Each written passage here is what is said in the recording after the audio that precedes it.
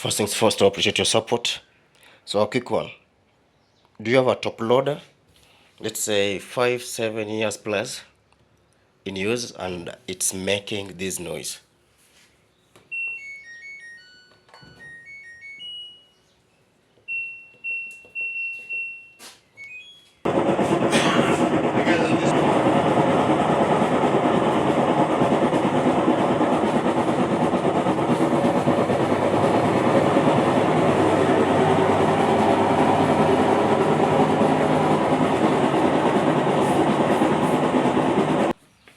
So this is the problem, the clutch housing. So the gears are worn out. If you check, everything here is rusted. The pump is dead. See, this one is rusted as well. The motor is rusted because the gears have been eaten up. Now it's leaking water.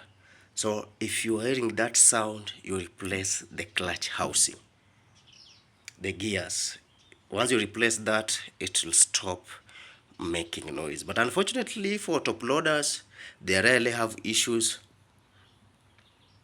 less on repairs. But once you get problems with a top loader, it's very expensive. So make your choices well. Don't overload your washing machine and it will give you service. Remember to subscribe, like and share. I'm out.